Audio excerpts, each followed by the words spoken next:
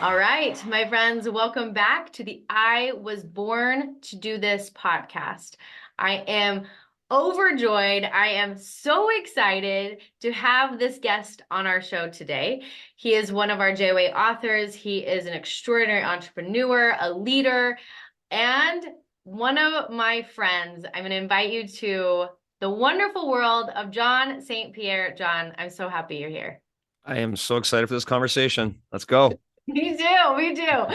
Well, you can see if you're watching YouTube, you can see his book cover behind you.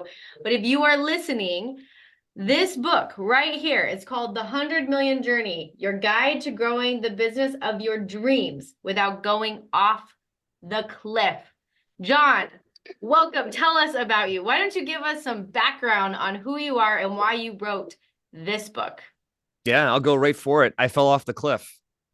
And after 15 years of growing the company of my dreams with people I loved to north of $50 million of global revenues, I made myself vulnerable and I made some mistakes and ended up getting fired from the very company that I co-founded and built.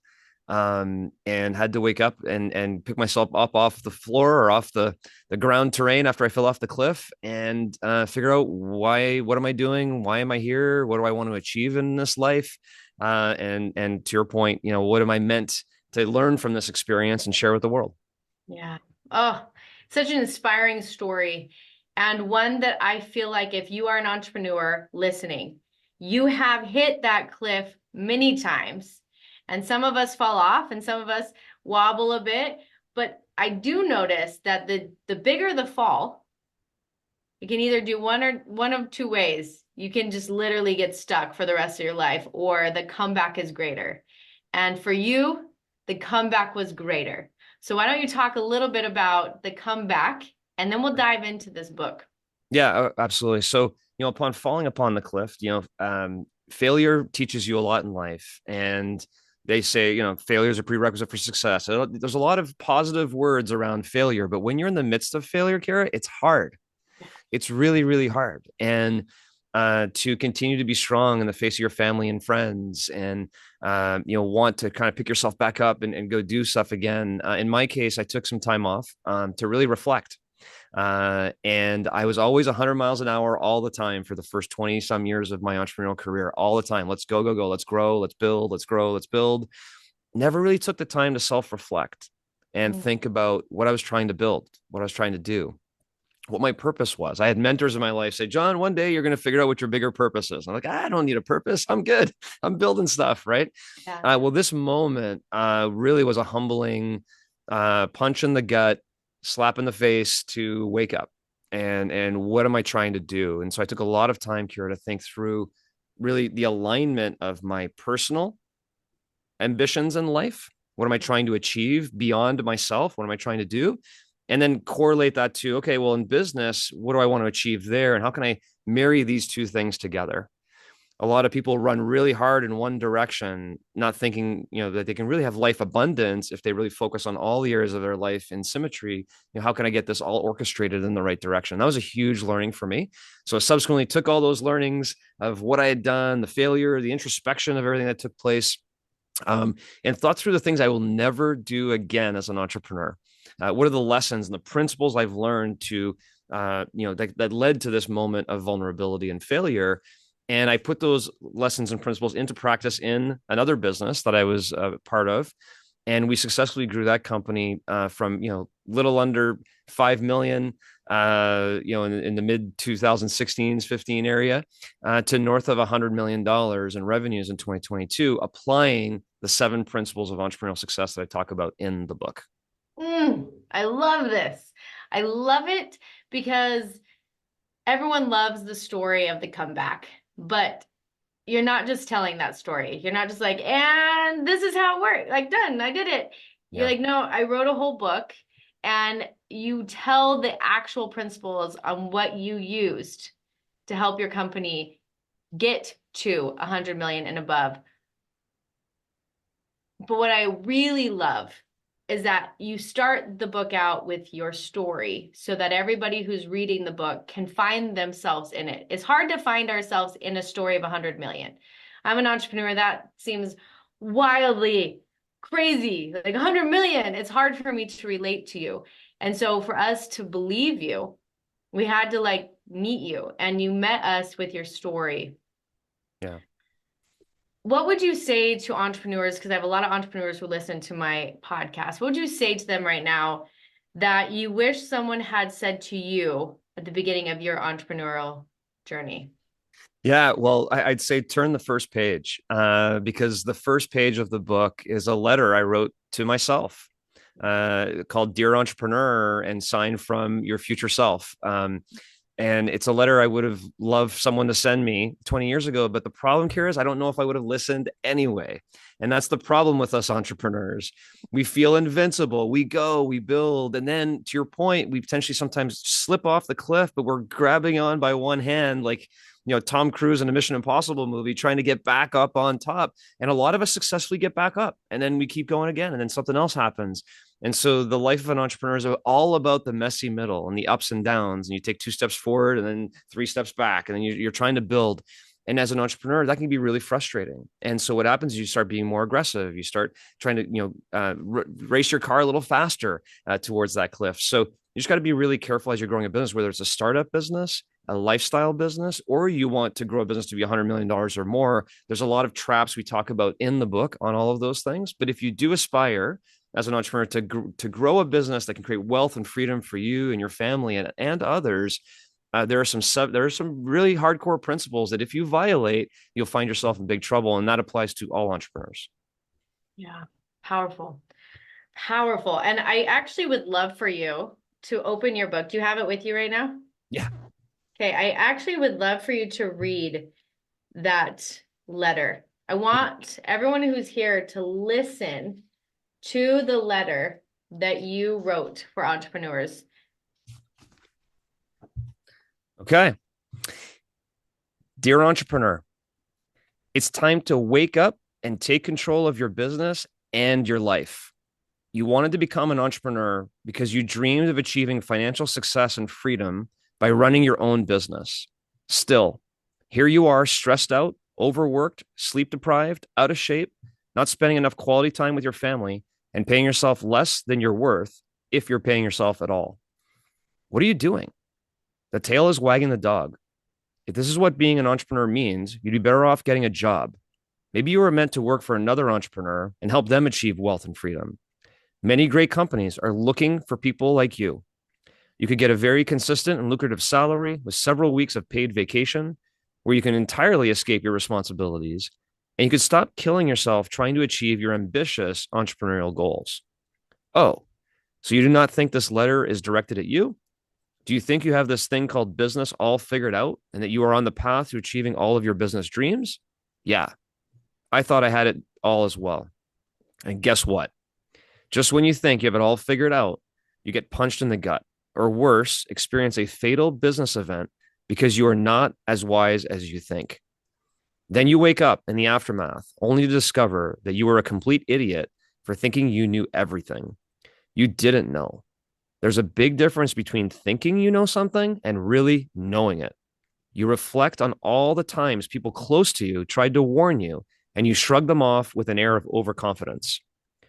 If you want to learn from others' experiences and have a burning desire to achieve all of your life and business dreams and goals, this is where you need to be right here, right now. It is time to gain a new perspective and make a paradigm shift. Don't let yourself become another statistic, another entrepreneur who loses their business. Take the initiative to be bold and go after what you want. You can make a real difference in your life and the lives of those around you. It's time to stop being a business operator and become an actual business owner. Don't wait. It's time to regain control of your business and your life. It's time to kick some ass. Sincerely, your future self. Oh, it's so good. It's so good, John. And it's so needed. I just, I really feel like what you wrote is one of the best books on business out there. And I know that because I don't read every book that we publish. I can't. We publish too many books and like I can't get in every manuscript, but I did get to work with you one-on-one. And that allowed me to really pour over your book and over your words. And this is an extraordinary book. Yeah, well, thank you. And as I've mentioned several times to you as well, that's the power of working with Kira, in my opinion, right? I could have wrote the most boring business book possible. Like I was on that track of X's and O's and textbook style, and um, being more bold and being more vulnerable throughout the book is really a credit to your guidance, because when I do talk with people about the book, I do get a lot of, I got on a flight and I couldn't put it down. I read the whole book on my Atlantic flight. Or, once I got in the book, to your point, I felt like you were talking just to me in my current business situation. I connected with the story. I think a lot of people, when you first hear the title of the book, and you mentioned that earlier, the $100 million journey, you may say, well, that's not for me. Here's just somebody bragging about $100 million business. The reality is, it's a book about failure and lessons that we can all relate to as entrepreneurs. And that is really the message within the book is, at any stage of your business growth, do you connect where you're trying to go in life with your business and align everything so you can achieve all of your goals, whatever those goals may be? I love it. I love it. And I do think it is the boldness. It's the boldness that makes people stay. I mean, even just that letter, right? You call us out as entrepreneurs because for some weird reason, we all think we're invincible. Me, Yeah. myself, right? Like it's like this weird thing that got changed in our brains, right? Where like for some reason they're like, no, no, I got this. I got this. And that's the magic. That's why we are entrepreneurs. Most humans would never take the risks that we take. We're crazy. We're Yeah. actually crazy. Yeah. And we work for lunatics, I know. right? Ourselves. It's so great, but it is for those of us who are entrepreneurs, it is also like the greatest joy. It's the Yeah. greatest joy to create and to build. And there's so much joy in building a business that supports other people's families. Mm. I know for me, my publishing house, I support almost everyone that works for me as a single mom. And that's like, to like help them, pay for their mortgage and pay for their food. And like, this is why we're entrepreneurs. This is also the moments that I feel like I'm gonna like crack. That's what makes me keep going. Yeah. Like, oh, I can't mess this up. I got like people's livelihood on my hands. That's why your book is so important. It doesn't just affect the entrepreneur. Yeah. It affects their whole ecosystem of who they've built into their world. Yeah. And listen, I that's the one lesson I learned on a personal level is the ethical responsibility we have as entrepreneurs to do the right thing for the business, even when it's difficult. Sometimes that means letting go of an employee that doesn't fit the core values of the business, or making bold decisions in your business because you have a lot of people to protect. And we were at our company summit in the last week, and I was there with some people, and one of our advisors said, "Look at all these people and all the mortgages you're supporting, and all the how happy they are, and the culture and everything else." And it was a profound moment of, "Oh my gosh, you're right." But then there was also a twinkle of, "Oh my gosh," in the failure we had, there were hundreds of employees that were impacted by what had happened at that business post my departure and how vulnerable I put the situation. And there are a lot of people that are affected by it. Now everybody's recovered and doing great and everybody's fine. But the ethical responsibility of an entrepreneur, that if you do slip on the cliff and you can hang on for dear life and you pull yourself back up and you stay on that cliff and keep going, but try and surround yourself with protectors and advisors and coaches and mentors so that you never ever get close to the edge again. Yeah. And you build something that is substantial that you can be proud of, but also, to your point, help build those around you to enjoy their life and life offerings through what you're building. Yeah. It's actually like hit me really hard lately. Like that responsibility. Like, oh, this isn't just like some fun like side hobby I decided to like whip up one day, now it's like, whoo, it's Yeah. like there's a lot of people who pay their bills off of what I've built. And that makes your book even more important.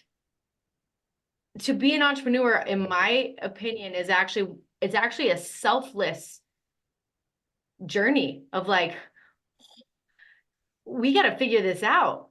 And anyone who's listening, I really highly suggest you go and get this book. And if you are not a reader, John has it on Audible so that you can go in and listen. And I would highly suggest buying both the Audible and the hard copy. And those who are watching the YouTube, lucky you, because you get to actually look. I'm going to show you. His book is filled with graphs and and places for you to actually understand the principles that he's teaching.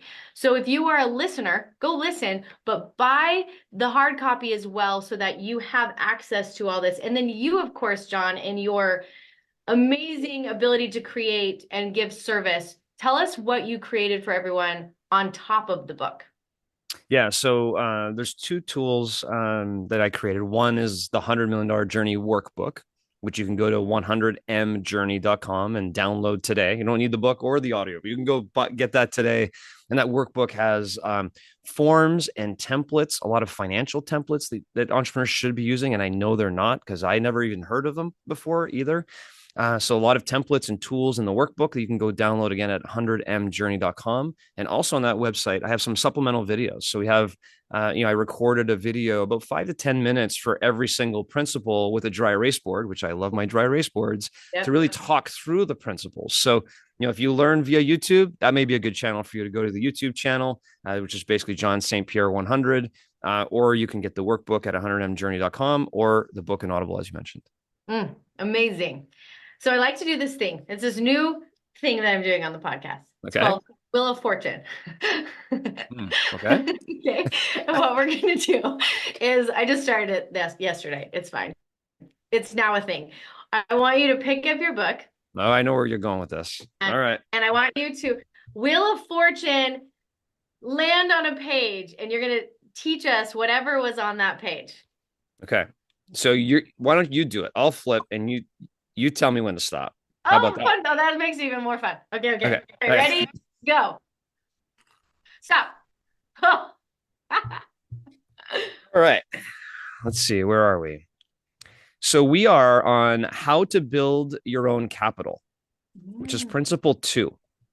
And I landed on the action zone, which is at the end of every chapter, we have the action zones, which asks you some questions about you and your business. And the one question I think that is really when I talk to entrepreneurs and people who have read the book, they're like, I had never even heard of this before.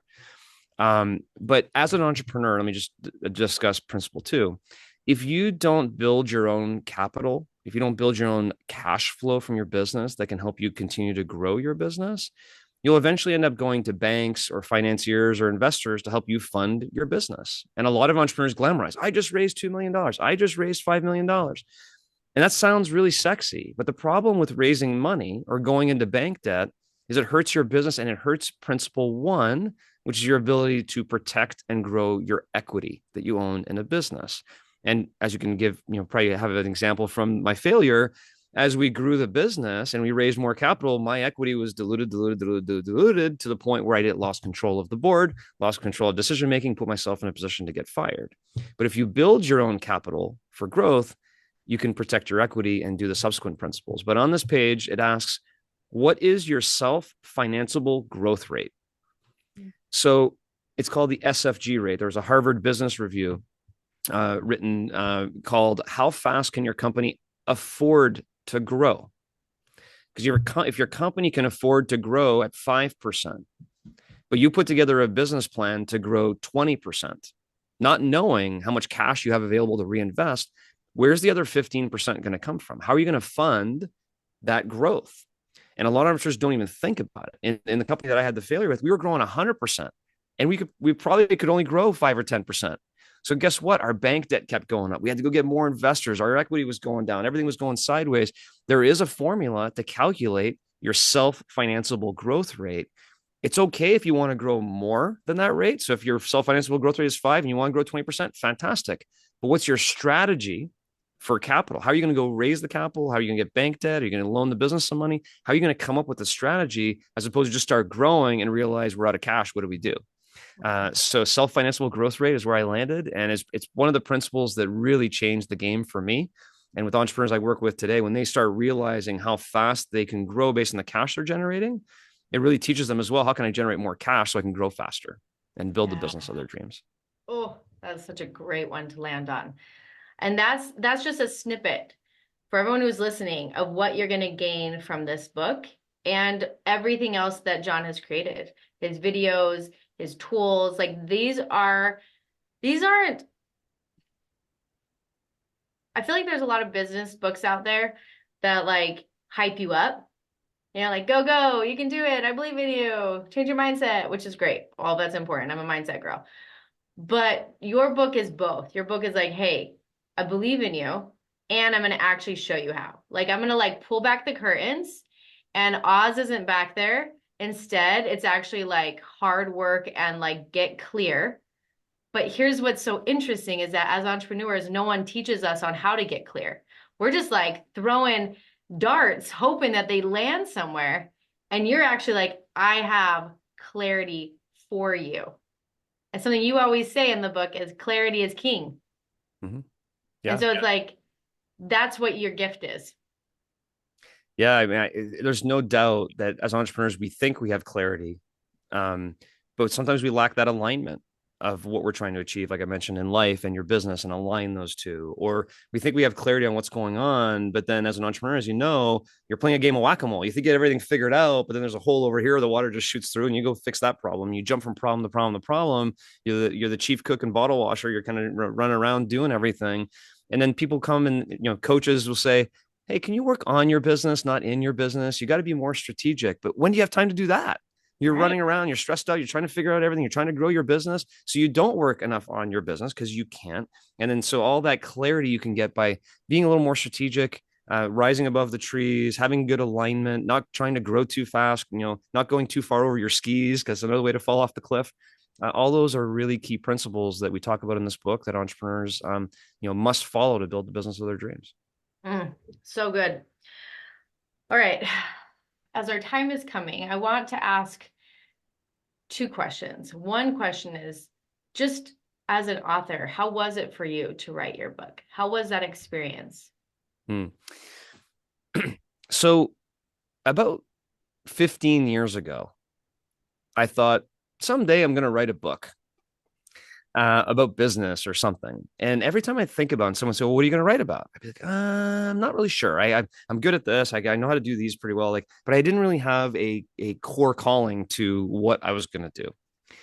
And when I experienced this failure we talked about, started doing a lot of journaling. I started, introspectively thinking through what were the lessons I really learned here. And I started seeing things come together, but I hadn't really executed upon them. I hadn't used the principles to prove concept. So upon proving that concept, when we successfully grew this business to $100 million the right way, applying all of the principles, it was like, I got to do this. I have to write this book. And the problem with that, to the question is, well, I've never written a book before. Don't know where to start.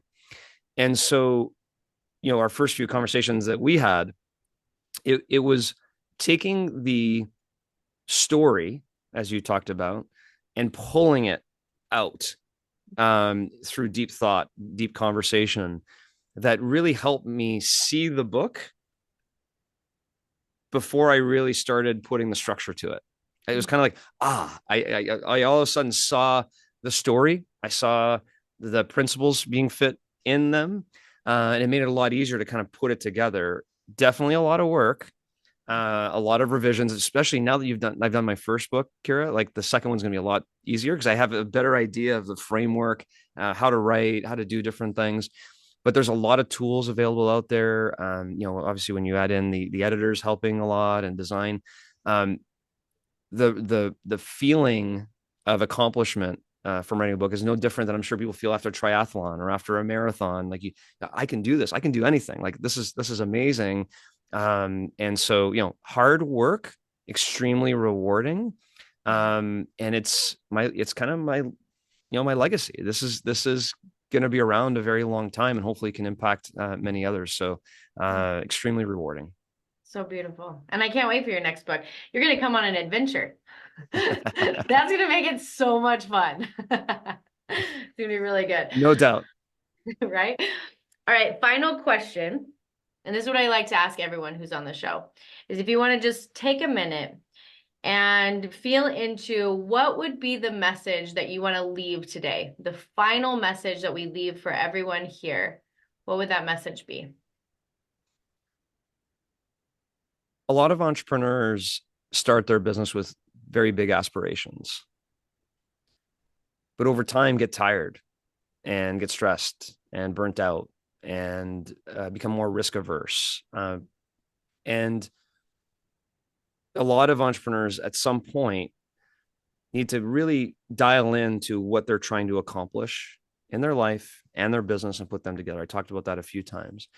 But how many how many entrepreneurs have a true north life plan for themselves and have a long-term, 5 to 10 year strategic business plan and have them aligned?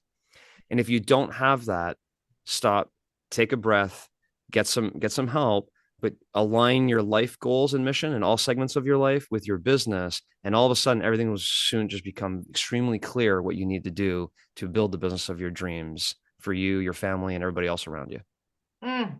That's such a beautiful message. And I feel that. I feel that so deeply. How can people follow you? Where are the places that they can gain information and learn about you?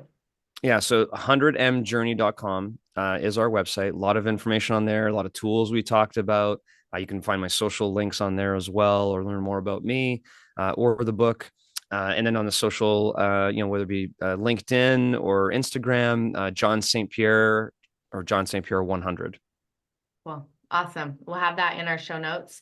And I just want to thank you, John, for writing this book, for taking the time and putting your heart into it and creating a masterpiece of literature that I believe will be here for, it's gonna stand the test of time. And you did an amazing job.